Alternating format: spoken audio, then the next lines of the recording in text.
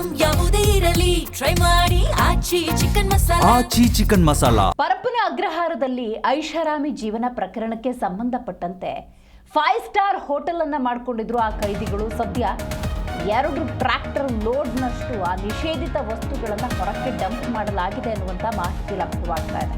ಹೌದು ನೋಡಿ, ಪರಪ್ಪನ ಅಗ್ರಹಾರ ಅಂದಾಗ ಐಷಾರಾಮಿ ಜೀವನ ಅನ್ನೋದೇ ನೆನಪಿಗೆ ಬರುತ್ತೆ. 5 ಸ್ಟಾರ್ ಹೋಟೆಲ್ ಮಾಡ್ಕೊಂಡ್ಬಿಟ್ಟಿದ್ದಾರೆ ಅಲ್ಲಿದ್ದಂಥ ಕೈದಿಗಳು.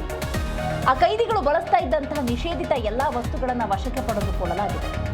ಏನೇನಿತ್ತು ಹಾಗಾದರೆ? ಮೊಬೈಲ್, ಸಿಮ್, ಚಾರ್ಜರ್, ಇಯರ್ಫೋನ್, ಶೂಗಳು, ಚೇರು, ಟಿವಿ ಸಾಮಗ್ರಿಗಳು ಇದೆಲ್ಲವನ್ನ ಸಿಬ್ಬಂದಿ ವಶಕ್ಕೆ ಪಡೆದುಕೊಂಡಿದ್ದಾರೆ. 2 ಟ್ರ್ಯಾಕ್ಟರ್ನಷ್ಟು ಲೋಡ್ ಇತ್ತು ಅನ್ನೋದು ಸದ್ಯಕ್ಕಿರುವಂತಹ ಮಾಹಿತಿ. ಜೈಲಿನ ಅಕ್ರಮಗಳ ಕುರಿತಂತೆ ಮಾಧ್ಯಮಗಳು ನಿರಂತರವಾಗಿ ವರದಿಯನ್ನ ಮಾಡ್ತಾನೆ ಬಂದವು. ಜೈಲು ಅಂದಾಗ ಮಾಡಿದ ತಪ್ಪಿಗೆ ಶಿಕ್ಷೆ ಮತ್ತು ಪರಿವರ್ತನೆಯ ತಾಣಗಳಾಗಿರಬೇಕು. ಅವು ರೆಸಾರ್ಟ್ಗಳಾಗಿ ಬದಲಾಗ್ಬಿಟ್ರೆ ಹೇಗೊಬ್ಬ ವ್ಯಕ್ತಿ ತಾನು ಮಾಡಿದಂಥ ತಪ್ಪಿಗೆ ಶಿಕ್ಷೆಯನ್ನು ಅನುಭವಿಸೋದಕ್ಕೆ ಸಾಧ್ಯ? ಅವನ ಬದುಕಲ್ಲಿ ಬದಲಾವಣೆ ಅನ್ನೋದು, ಪರಿವರ್ತನೆ ಅನ್ನೋದು ಆಗೋದಕ್ಕೆ ಹೇಗಾದರೂ ಸಾಧ್ಯ? ನೋಡಿ, ಒಂದು ಕಡೆ ನೀವೇನು ದೃಶ್ಯ ನೋಡ್ತಾ ಇದ್ದೀರಿ, ಅದು ಜೈಲು ಅಂತ ಹೇಗಾದರೂ ಗೊತ್ತಾಗುತ್ತಾ? ಸಾಧ್ಯವೇ ಇಲ್ಲ. ಅಂಥ ಐಷಾರಾಮಿ ಜೀವನವನ್ನು ಅದೇ ಜೈಲಿನಲ್ಲಿ ನಡೆಸ್ತಾ ಇದ್ರು. ಮಗದೊಂದು ಕಡೆ ನೀವೇನು ನೋಡ್ತಾ ಇದ್ದೀರಿ, ಅದು ಡಂಪ್ ಆಗಿರುವಂತಹ ನಿಷೇಧಿತ ವಸ್ತುಗಳು. ಅಂದರೆ ಜೈಲಿನಲ್ಲಿ ಯಾವೆಲ್ಲ ವಸ್ತುಗಳು ನಿಷೇಧ ಅವೆಲ್ಲವನ್ನು ಕೂಡ ಟ್ರ್ಯಾಕ್ಟರ್ ಲೋಡ್ ಮಾಡಿ ಹೊರಗೆ ಹಾಕಲಾಗಿದೆ. ನೋಡಿ, IPS ಅಧಿಕಾರಿಯಾಗಿ ಅನ್ಬುಕುಮಾರ್ ಅವರು ನೇಮಕ ಆದ ನಂತರ ಕಾರಾಗೃಹ DGP ಆಗಿ ನೇಮಕಗೊಂಡ ಅಲೋಕ್ ಕುಮಾರ್ ಅವರ ಕಾರ್ಯಾಚರಣೆ ಇದು ಅಂತ ಹೇಳಿದ್ರೆ ತಪ್ಪಾಗುತ್ತಿಲ್ಲ. ಈ ಬಗ್ಗೆ ಹೆಚ್ಚಿನ ಡೀಟೇಲ್ಸ್ ಅನ್ನು ನಮ್ಮ ಪ್ರತಿನಿಧಿ ಮೂರ್ತಿ ನೀಡ್ತಾರೆ. ಮೂರ್ತಿ, ಕಾರಾಗೃಹ DGP ಆಗಿ ಅಲೋಕ್ ಕುಮಾರ್ ಅವರು ನೇಮಕಗೊಂಡ ನಂತರ ಮಹತ್ತರ ಬದಲಾವಣೆ ಇದು ಅಂತ ಕರಿಬಹುದಾ, ಹೇಗೆ ಅಂತ?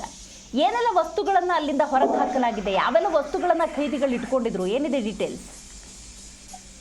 ಖಂಡಿತ ದಿವ್ಯಾ, ಏನೊಂದು ಮಾಧ್ಯಮಗಳಲ್ಲಿ ಜೈಲಿನ ಒಳಗಡೆ ಐಷಾರಾಮಿ ಜೀವನಗಳನ್ನ ನಡೆಸಿದಂತಹ ಪ್ರಕರಣಗಳು ಒಂದರಿಂದ ಒಂದು ವರದಿಯಾಗುತ್ತಿದ್ದಂತೆ ಹೆಚ್ಚಿಸಿಕೊಂಡ ಸರ್ಕಾರ IPS ಅಧಿಕಾರಿ ಅಂಶುಕುಮಾರ್ ಅವರನ್ನ ನೇಮಕ ಮಾಡುತ್ತೆ. ಮತ್ತೆ DGP ಆದಂತಹ ಅಲೋಕ್ ಕುಮಾರ್ನು ಕೂಡ ಜೈಲಾಧಿಕಾರಿಗೆ ನೇಮಕ ಮಾಡುತ್ತೆ. ಅವರನ್ನ ನೇಮಕ ಮಾಡಿದ ನಂತರ ಎಲ್ಲವೂ ಕೂಡ, ಅಂದ್ರೆ ಪ್ರತಿನಿತ್ಯವೂ ಕೂಡ ಒಂದು ಜೈಲಿನೊಳಗಡೆ ಎಲ್ಲ ಕೊಠಡಿಗಳನ್ನು ರೈಡ್ ಮಾಡಿ ಅಲ್ಲಿ ಸಿಕ್ಕಿದ್ದಂತಹ ಕೈದಿಗಳು ಬಳಸ್ತಾ ಇದ್ದಂತಹ ಉಪಕರಣಗಳು, ಅಂದ್ರೆ ಅಡಿಗೆ ಪಾತ್ರೆಗಳಾಗಿರ್ಬೋದು, ಬಟ್ಟೆಗಳಾಗಿರ್ಬೋದು, ಬೆಡ್ಶೀಟ್ಗಳಾಗಿರ್ಬೋದು, ಅವರು ಏನೆಲ್ಲ ಬಳಸ್ತಿದ್ರು ಅಂದ್ರೆ ಜೈಲಿನ ಒಳಗಡೆ ನಿಷೇಧಿತ ವಸ್ತುಗಳು ಯಾವೆಲ್ಲ ಇದಾವೆ ಆ ನಿಷೇಧಿತ ವಸ್ತುಗಳನ್ನೆಲ್ಲನೂ ಕೂಡ ವಶಕ್ಕೆ ಪಡಿಸಿಕೊಂಡಂತಹ ಜೈಲಾಧಿಕಾರಿಗಳು ಈಗ ಆ ವಸ್ತುಗಳನ್ನ ಹೊರಗಡೆ ಸುಮಾರು ಒಂದು 4 ಟ್ರ್ಯಾಕ್ಟರ್ ಲೋಡ್ಗಳ ವಸ್ತುಗಳನ್ನ ಹೊರಗಡೆ ತಂದು ಹಾಕಿರ್ತಕ್ಕಂಥದ್ದು. ಹಾಗಾಗಿ ಒಂದ್ ರೀತಿಯ ಜೈಲನ್ನು ಸಂಪೂರ್ಣವಾಗಿ ನಾವು ಬದಲಾವಣೆ ಮಾಡಲೇಬೇಕು.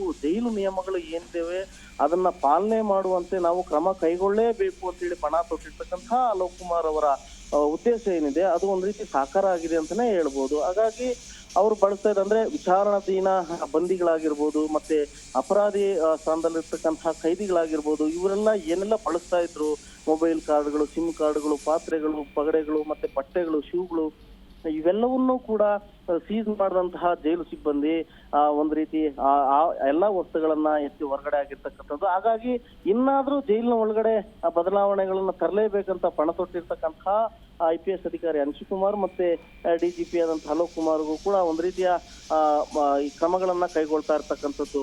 ಮುಂದುವರೆದ ಭಾಗವಾಗಿ ಇನ್ನ ಬದಲಾವಣೆಗಳಾಗುತ್ತಾ ಅನ್ನೋದು ಕೂಡ ಕಾದ್ ನೋಡ್ಬೇಕಾಗಿದ್ರೆ ಈ ವಿಚಾರವಾಗಿನೂ ಕೂಡ ಹಲವು ಬಾರಿ ಒಂದು ಪರಪ್ಪನಗರ ಪೊಲೀಸ್ ಠಾಣೆಯಲ್ಲಿ ಪ್ರಕರಣಗಳು ಕೂಡ ದಾಖಲಾಗ್ತಾನೆ ಇದ್ವು. ಅಂದ್ರೆ ನಿಷೇಧಿತ ವಸ್ತುಗಳನ್ನ ಸೀಸ್ ಮಾಡಬೇಕು ಮತ್ತೆ ಅಂತ ಹೇಳಿ ಆ ಮುಂದುವರೆದ ಭಾಗವಾಗಿ ಈ ರೀತಿ ಈಗ ಒಂದ್ ರೀತಿಯ ಪಣ ತೊಟ್ಟಿರ್ತಕ್ಕಂಥದ್ದು. ದಿವ್ಯಾ, ಥ್ಯಾಂಕ್ ಯು ನಿಮ್ಮೆಲ್ಲ ಮಾಹಿತಿಗಾಗಿ ಮೂರ್ತಿ.